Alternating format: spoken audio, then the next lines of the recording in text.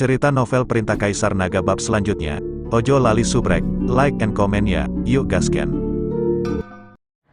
Gemas sumpah yang diucapkan di hadapan gerbang surgawi yang baru masih bergema di surga ke-9, tetapi Chen Ping tak tega menikmati kemuliaan semua kaisar yang datang untuk memberi penghormatan. Lah tahu bahwa sang pemakan jiwa bagaikan duri yang beracun, jika tidak disingkirkan maka lama-kelamaan akan menjadi ancaman besar, bahkan dapat membahayakan pondasi yang baru saja didirikannya. Setelah mempercayakan urusan Tianmen kepada orang lain dan meninggalkan beberapa naga untuk menjaga daerah tersebut, Chen Ping, bersama Lao Hei, Chen Biking yang datang dari Yanluo Tianzong, dan lebih dari 300 naga paling elit, memulai perjalanan mereka ke Laut Darah Netherworld. Laut Darah Netherworld, yang terletak di ujung barat 9 surga, adalah salah satu medan pertempuran utama dalam pertempuran kuno antara dewa dan iblis. Tempat ini seakan menjadi luka di dunia, ruangnya sangat tidak stabil, dan energi negatif berupa kekacauan, pembunuhan, dan kebencian menyebar kemana-mana. Anda, bahkan sebelum sampai, bau darah yang sangat menyengat dan perasaan dingin di tingkat spiritual sudah menyerang. Melihat ke kejauhan, Cakrawala tampak ditutupi oleh hamparan merah gelap yang tak berujung. Itu bukan matahari terbenam, tetapi lautan darah sungguhan yang terbentuk dari darah para dewa, iblis, dan makhluk hidup yang tak terhitung jumlahnya. Air lautnya kental bagaikan sirup, dan yang bergulung-gulung bukanlah ombak, melainkan erangan roh-roh yang tersiksa, dan penuh dendam. Di atas lautan darah, awan merah tua yang mengancam menyelimuti daerah itu sepanjang tahun, dengan kilat menyambar melaluinya, warnanya merah darah yang menakutkan, mengeluarkan suara gemuruh yang teredam. Ruang di sini menjadi rapuh dan terdistorsi, dengan keretakan spasial hitam muncul entah dari mana seperti bekas luka, dan kemudian menyembuhkan diri sendiri, melahap segalanya. Tanah di bawahnya hangus menghitam, dipenuhi kerangka-kerangka raksasa dan senjata-senjata yang hancur. Beberapa kerangka sebesar gunung, dan bahkan setelah ribuan tahun, mereka masih memancarkan tekanan yang dingin. Sialan, tempat terkutuk ini sungguh tidak menyenangkan. Si tua Hei menggelengkan kepala naga, tampaknya berusaha mengusir rasa dendam dingin yang menyelimuti jiwanya. Bahkan seekor naga dengan sifat berkulit keras dan berdaging tebal ini merasakan ketidaknyamanan secara naluriah. Chen Biking dikelilingi aura naga biru, memurnikan udara kotor yang mendekat. Tatapan matanya yang dingin juga penuh kesungguhan. Kebencian di sini telah terakumulasi selama bertahun-tahun yang tak terhitung jumlahnya, dan hukumnya kacau, yang menekan kekuatan kita sampai batas tertentu. Semua orang harus berhati-hati. Chen Ping mengangguk, lah bisa merasakan bahwa menyerap energi spiritual pun sulit di sini, dan udara dipenuhi dengan hawa nafsu darah yang semakin membara.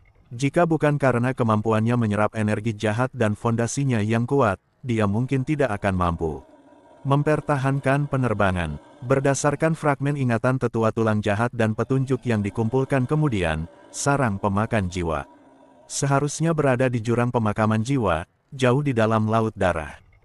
Chen Ping memperluas indera keilahiannya, tetapi di tanah yang kacau ini, indera keilahiannya sangat terganggu, dan hanya dapat mencakup area seluas beberapa puluh mil. Mari kita mencari secara perlahan. Perhatikan area-area yang fluktuasi jiwanya tidak normal. Pasukan naga memperlambat langkahnya, seperti ular piton raksasa yang berhati-hati, melata di sepanjang tepian tanah. Terlarang kematian ini, sebelum dengan hati-hati menjelajah lebih dalam ke lautan darah. Saat memasuki wilayah udara di atas lautan darah, aura negatif yang intens meningkat beberapa kali lipat. Roh-roh pendendam yang tak terhitung jumlahnya tampaknya telah mencium aroma makhluk hidup, seperti hiu yang mencium darah, menyerbu keluar dari lautan darah, berubah menjadi garis-garis hantu merah tua, mengeluarkan jeritan yang menusuk, dan menyerbu ke arah pasukan naga.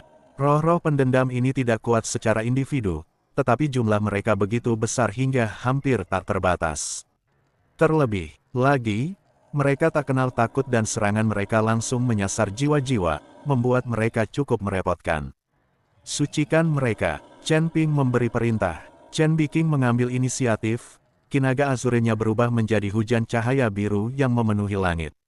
Di mana pun cahaya itu jatuh, roh-roh pendendam meleleh seperti es dan salju, mengeluarkan jeritan memilukan sebelum berubah menjadi gumpalan asap hijau. Naga-naga lainnya pun memamerkan kemampuan unik mereka, melepaskan napas naga, guntur, badai, es, segala macam mantra bawaan yang mekar di atas lautan darah, membersihkan aliran roh-roh pendendam yang tak ada habisnya. Chen Ping tidak bergerak, tetap waspada, mengerahkan seluruh indera ilahinya untuk mencari jejak yang mencurigakan. Mereka terbang di sepanjang lautan darah dan melihat banyak pemandangan aneh, pulau-pulau yang terbuat dari tumpukan tulang. Ada mayat dewa raksasa yang tidak lengkap mengambang di lautan darah. Ada pusaran merah darah yang terbentuk secara alami yang melahap segalanya. Bahkan ada beberapa monster laut berdarah mengerikan yang lahir dalam kondisi yang begitu keras. Kebanyakan dari mereka memilih untuk bersembunyi ketika merasakan aura naga yang kuat, tetapi beberapa monster bodoh mencoba menyerang dan dengan mudah dicabik-cabik oleh naga. Pencarian itu merupakan proses yang panjang, membosankan, dan berbahaya. Selama waktu ini, mereka menghadapi beberapa badai merah darah yang mengerikan, yang mengandung kekuatan spasial yang kacau dan dampak jiwa yang kuat. Jika Chen Ping tidak menstabilkan ruang dengan menara penekan iblis tepat waktu dan melindungi para naga dengan indera kedewaannya yang kuat, beberapa naga mungkin akan terluka atau bahkan binasa. Mereka juga tersandung ke alam ilusi, di mana racun jiwa yang tidak berwarna dan tidak berbau meresap ke udara, yang mampu menimbulkan ketakutan dan ilusi terdalam dalam makhluk hidup. Beberapa naga dengan kemauan lemah hampir menyerang satu sama lain, tetapi untungnya Chen Ping menggunakan asal lusi untuk menghilangkan racun tepat waktu. Seiring berjalannya waktu, mereka mencari selama 10 hari penuh di Laut Darah Netherworld yang luas dan tak terbatas, tetapi tetap tidak dapat menemukan lokasi pasti dari Burial Soul Abyss. Bahkan Chen Ping pun merasa semakin gelisah. Pelahap jiwa ini memang licik seperti rubah, menyembunyikan niatnya yang sebenarnya dengan sangat baik. Tuan Chen, pencarian ini bukanlah solusi. Lautan darah ini terlalu luas, dan juga membebani kita. Si Tua Hei, yang agak gelisah, melepaskan semburan napas naga, membakar abis roh-roh pendendam di depannya. Hingga hancur, Chen Ping terdiam sesaat, sorot mata penuh tekad melintas, berhenti, melayang di atas lautan darah, dan menara penekan iblis perlahan muncul di telapak tangannya. Jika kita tidak dapat menemukannya, maka kita akan memaksanya keluar. Dia mengaktifkan menara penekan iblis, dan menara itu memancarkan cahaya lembut namun luar biasa luas.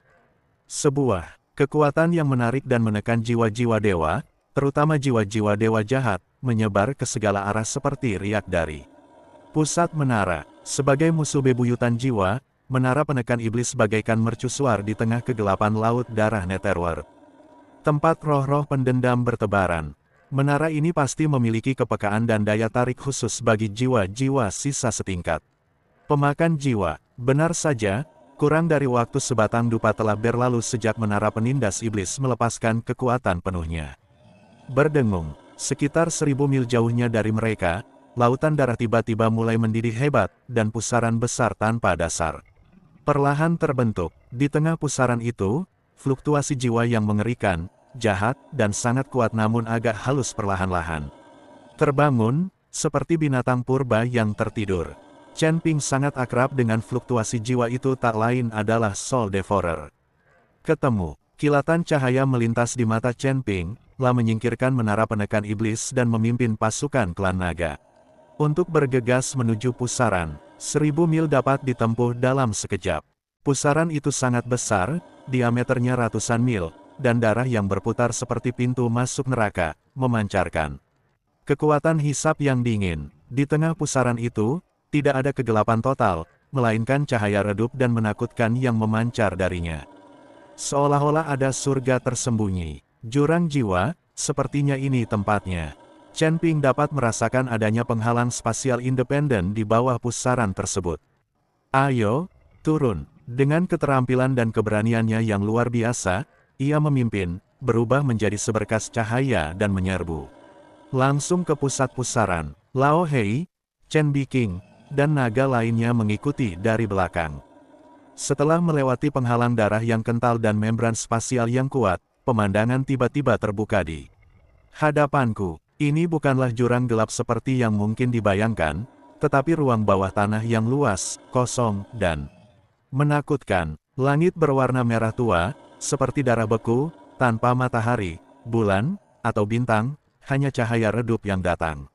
Entah dari mana, bumi gelap gulita, ditutupi segala macam batu bergerigi dan bentuknya aneh, dan udara dipenuhi bau darah serta kebencian jiwa yang 10 kali lebih kuat daripada di luar.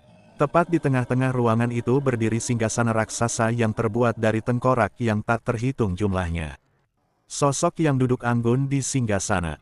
Sosok itu bukanlah entitas fisik, melainkan terdiri dari bayangan-bayangan yang sangat padat dan kebencian. Tubuhnya dilalap api jiwa hitam samar, wajahnya kabur, hanya matanya, seperti dua kilatan hijau menakutkan, terbakar dengan kebencian tak berujung, keserakahan, dan semacam ketidakpedulian kuno. Itulah sisa jiwa sang pemakan jiwa. Kuat, dibandingkan dengan proyeksi yang muncul di sekte jahat surgawi sebelumnya, tubuh jiwa ini lebih dari 100 kali lebih. Meskipun masih mungkin untuk merasakan bahwa itu belum dalam keadaan lengkap, tekanan jiwa yang dipancarkannya telah mencapai tingkat yang sangat mengerikan, memberikan tekanan besar pada pasukan naga yang baru saja memasuki area tersebut. Hehehe, Chen Ping, kau sudah mengantarkan dirimu ke depan pintu rumahku bahkan sebelum aku datang mencarimu. Sang pemakan jiwa mengeluarkan tawa yang menusuk dan menyeramkan yang menggema di seluruh burial abis. Membangkitkan kebencian di sekitarnya. Mereka bahkan membawa begitu banyak ular sebagai barang pemakaman, betapa baiknya mereka. Chen Ping melayang di udara, menghadap sang pemakan jiwa di singgasana tengkorak. Tidak ada rasa takut di wajahnya, melainkan ketenangan dan kepercayaan diri yang hampir mengejek. Anjing tua, kau menemukan sarang ini di tempat yang sangat terpencil, seperti tikus di selokan. Pencarianmu sungguh melelahkan bagiku. Chen Ping berbicara, nadanya dipenuhi dengan penghinaan yang tak terselubung. Apa? Terakhir kali kau lari seperti anjing liar, bersembunyi di bawah lautan darah ini sambil menjilati lukamu. Sekarang bekas lukanya belum sembuh, kau sudah melupakan rasa sakitnya dan menggonggong lagi. Api jiwa hijau mengerikan milik sang pemakan jiwa berkedip-kedip dengan hebat, jelas-jelas murka oleh hinaan tak sopan dari Chen Ping. Tapi bagaimanapun juga, dia hanyalah monster tua yang berpikiran dalam, dan dia mencibir, bocah berlidah tajam. Kau pikir kau tak terkalahkan hanya karena kau berhasil menaklukkan menara penindas iblis dan monster-monster ini dengan sedikit keberuntungan. Di mataku, kau tetap saja tak lebih dari semut yang sedikit lebih kuat. Semut, Chen Ping tertawa, tawa yang sangat arogan. Kau salah paham, anjing tua. Lihat keadaanmu sekarang, bukan manusia atau hantu, kau bahkan tak punya tubuh fisik lagi. Hanya secuil jiwa yang bersembunyi di tempat terkutuk ini, nyaris tak bisa bertahan hidup. Aku kasihan padamu. Dia menunjuk ke arah pasukan naga di belakangnya, lalu ke dirinya sendiri, lihatlah aku, muda, dengan tubuh yang sempurna, kultivasi tanpa batas, prajurit kuat yang tak terhitung jumlahnya di bawah komandoku, dan aku baru saja menyatukan 9 surga. Dan kau, apa yang kau punya, selain rencana licikmu dan kemampuan menusuk orang dari belakang secara diam-diam? Apa lagi yang kau punya? Oh, ya, masih berani-beraninya kau menyebut dirimu Celestial Venerable. Kurasa kau lebih seperti Celestial Squad. Menghabiskan seluruh waktumu berjongkok di parit bau ini dan berjamur. Anda marah? Tubuh jiwa sang pemakan jiwa beriak, dan kebencian di sekitarnya mulai merajalela. Dia telah hidup selama puluhan ribu tahun, dan dia belum pernah dihina seperti ini sebelumnya. Apa maksudmu, kamu? Chen Ping tidak memberinya kesempatan untuk membantah, dan berbicara dengan sangat cepat, seperti senapan mesin. Memanggilmu anjing tua itu terlalu baik. Bahkan seekor anjing pun tahu untuk setia dan melindungi tuannya. Bagaimana denganmu? Selain pengkhianatan, melahap, dan merencanakan di belakang layar, apalagi yang dapat Anda lakukan? Oh, aku lupa, kamu bisa lari. Kamu bisa lari lebih cepat dari siapapun. Terakhir kali di lembah Void Rift, dan kali ini di sekte jahat surgawi.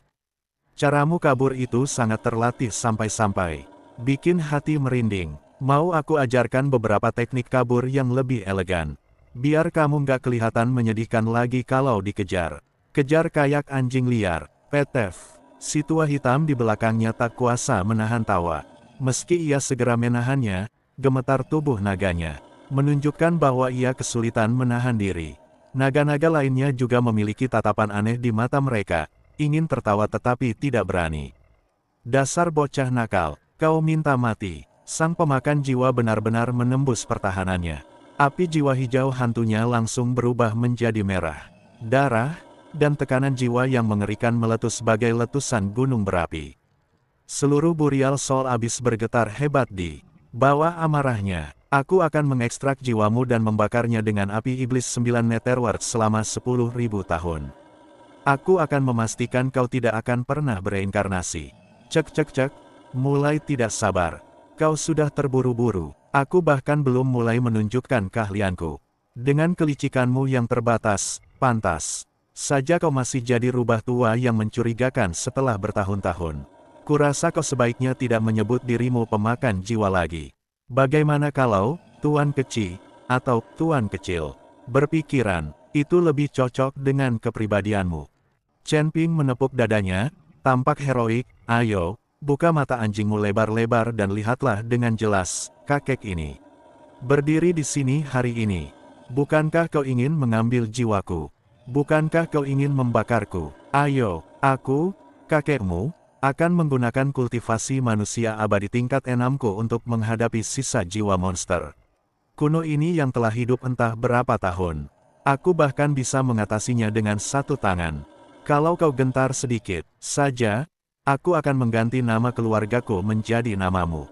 Pernyataan Chen Ping yang sangat percaya diri, bahkan arogan, tidak hanya membuat Soul Devourer murka hingga membuat 3 dewa mayatnya melonjak marah, tetapi bahkan naga-naga di belakangnya saling bertukar pandang dengan bingung. Tuan Chen, bukankah dia terlalu percaya diri? Lawan kita, bagaimanapun juga, adalah monster kuno yang telah ada selama puluhan ribu tahun. Murka, sang pemakan jiwa tertawa, suaranya bagaikan teriakan burung hantu yang mengerikan. Baiklah. Baik, karena kau sangat menginginkan kematian, aku akan mengabulkan keinginanmu. Serang aku sekaligus. Hari ini aku akan menunjukkan kepadamu apa artinya bagi seorang yang mulia surgawi untuk tidak dihina. Dia telah memutuskan untuk menyiksa Chen Ping sampai mati menggunakan metode paling kejam untuk melampiaskan kebenciannya. Namun, Chen Ping melambaikan tangannya dan berkata kepada si tua hitam yang bersemangat dan naga-naga lain di belakangnya, jangan bergerak, tetaplah di pinggir dan awasi. Aku bisa menangani anjing tua ompong ini sendirian. La mematahkan lehernya, dan pedang pembunuh naga melompat ke tangannya, ujungnya mengarah langsung ke sang pemakan jiwa. La memberi isyarat dengan jarinya, anjing tua, kemarilah dan matilah. Pada saat ini, Chen Ping merasa momentumnya tak terhentikan dan kondisinya lebih baik dari sebelumnya. Kekuatan di dalam dirinya melonjak, seolah-olah dia bisa menghancurkan bintang-bintang dengan satu pukulan. Dia sangat yakin bahwa dengan penggabungan berbagai hukumnya, peningkatan kekuatan abadi yang kacau, dan banyak kartu trufnya, menantang jiwa sisa yang melampaui levelnya akan menjadi hal yang mudah. Bocah sombong dan bodoh, akan kutunjukkan padamu betapa hebatnya kekuatan seorang Celestial Venerable. Karena tidak dapat menahannya lebih lama lagi, sang pemakan jiwa mengeluarkan raungan yang memekakkan telinga. Dan tahta tengkorak hancur. Jiwa yang telah mengeras itu langsung berubah menjadi arus gelap yang membentang melintasi langit dan bumi. Membawa kekuatan jiwa mengerikan yang melahap segalanya, juga kebencian tak berujung yang telah dibangkitkan oleh seluruh Burial Abyss, menyapu ke arah Chen Ping. Bagus sekali. Domain pedang 5 elemen, aktifkan.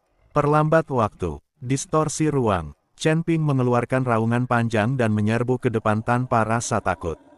Domain pedang 5 warna langsung terbuka, dan hukum waktu dan ruang diaktifkan secara bersamaan, mencoba menarik Soul Devourer ke dalam ritmenya. Pertempuran hebat pun terjadi seketika. Awalnya, Chen Ping memang tampil mengagumkan. Cahaya pedangnya sangat tajam, menggabungkan berbagai hukum, dan dapat menyerang dari sudut yang luar biasa.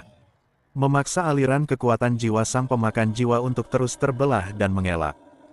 Hukum waktu menyebabkan pergerakan Soul Devourer terkadang tersendat, sedangkan hukum ruang menciptakan berbagai penghalang terdistorsi untuk mengganggu serangannya. Hahaha, anjing tua, cuma itu yang kau punya. Sepertinya gelar Celestial Venerable-mu kebanyakan palsu. Chen Ping bertarung dengan keganasan yang semakin meningkat, tidak lupa mengejek yang lain saat dia melepaskan cahaya pedang yang menyilaukan yang diresapi dengan niat pedang yang murni, hampir mengenai inti tubuh jiwa Soul Devouring Venerable. Sang pemakan jiwa menggerutu, tampaknya telah menderita kerugian kecil, dan api jiwanya berkedip-kedip. Hal ini semakin meningkatkan kepercayaan diri Chen Ping. Namun, seiring berjalannya waktu, Chen Ping perlahan-lahan merasakan ada sesuatu yang salah. Kekuatan jiwa sang pemakan jiwa tampaknya tidak ada habisnya.